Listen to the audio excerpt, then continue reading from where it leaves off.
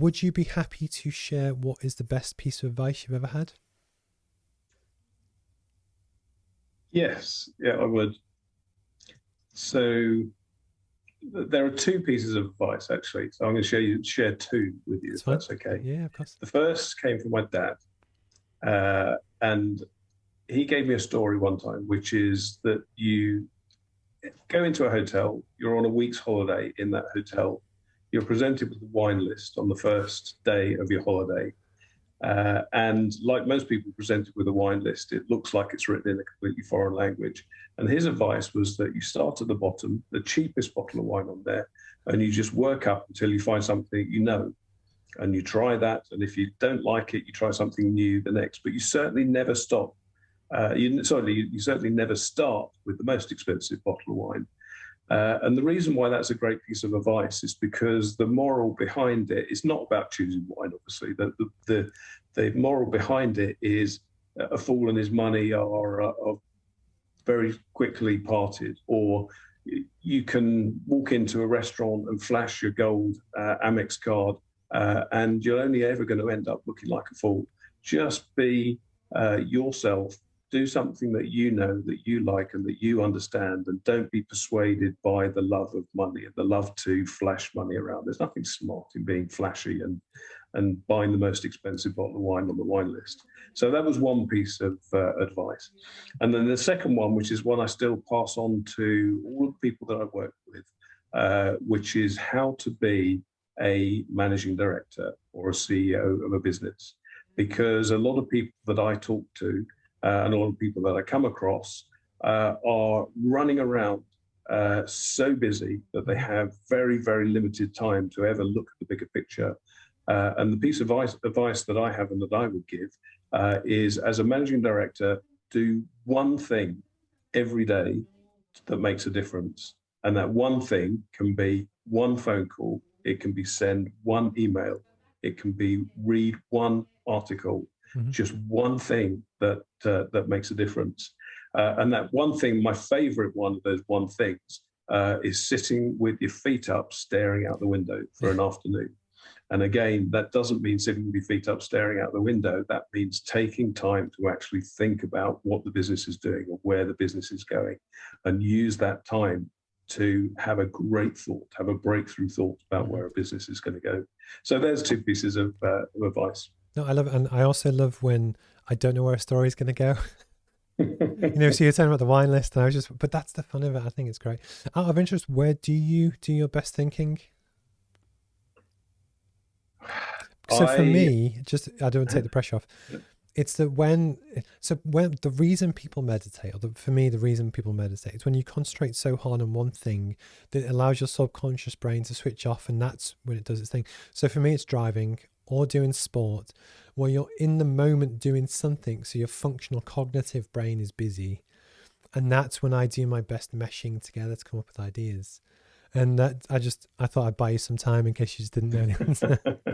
No. So I told you right at the beginning that we moved southwest a couple of years ago. So we actually live in Cheltenham. Cheltenham is a town full of big Georgian townhouses. So I'm sitting at the top of our big Georgian townhouse at the moment, looking out onto the park.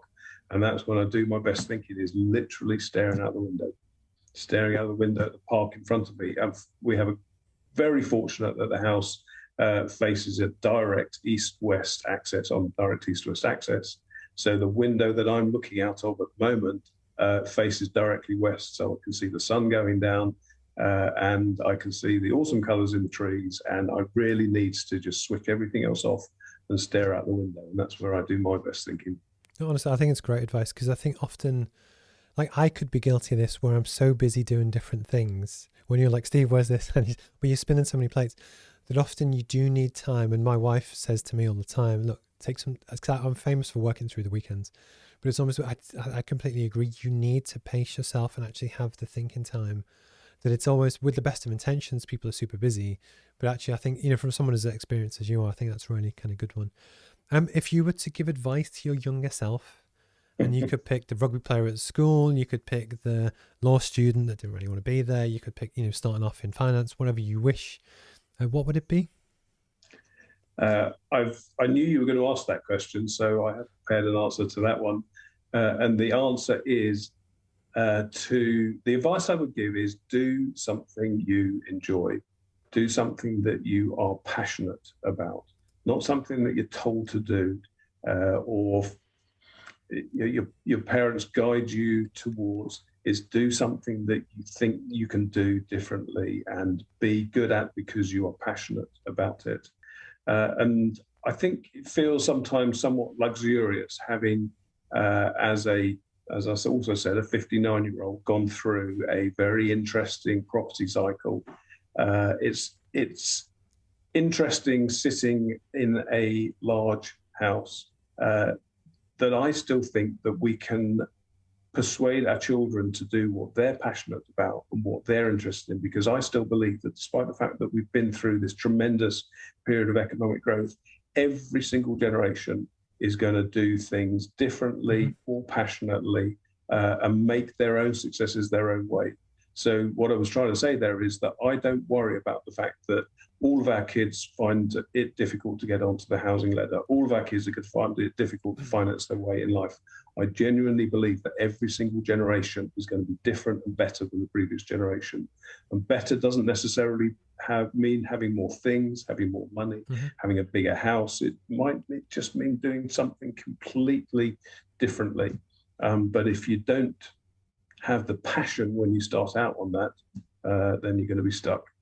I think it's a really good answer. And what I love about this as well is because, I'm a little bit younger than yourself, but almost, I think character traits and emotional wise and background wise, I think we're quite similar. That even the fact before we came on the call, the fact that I'm, say, embracing streaming and global scale is something which is arguably quite new.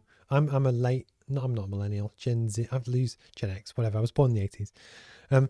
But actually it's how embracing things that are new, and then likewise the people that are leaving uni now, there'll be something completely new again, and it could be the Facebook metaverse, it could be whatever, but the point is it's that ability to just learn and evolve, and I think it's something the human species is good at. But likewise, not to give up hope that the old ways might be moving out, but so I think it's a really kind of fantastic answer.